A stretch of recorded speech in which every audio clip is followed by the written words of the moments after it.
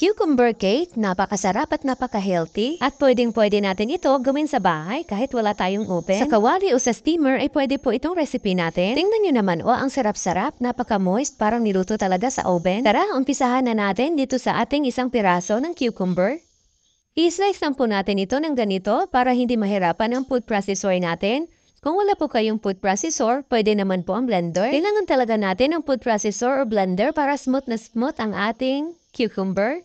Once nailagay na natin lahat ng cucumber, lagyan lang natin ito ng 3/4 cup ng gatas.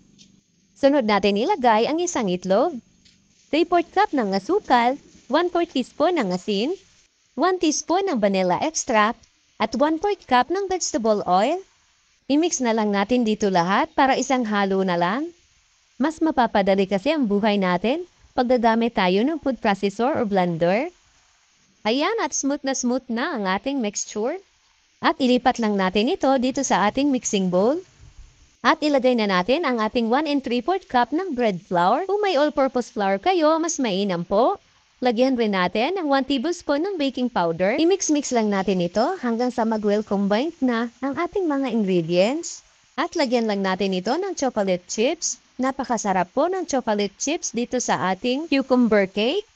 I-mix-mix lang natin ulit itong mabuti bago natin ito ilipat sa ating baking pan. Nilagyan ko lang yan ng parchment paper para hindi tayo mahirapan mag-unmold mamaya. Lagyan ko lang ng toppings, sliced almond.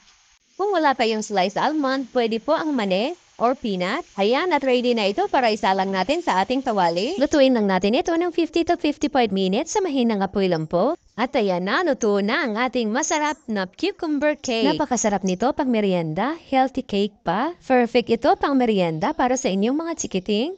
Hindi mo na kailangan ng oven dahil sa kawali lang natin ito niluto. At pwede rin ito sa steamer.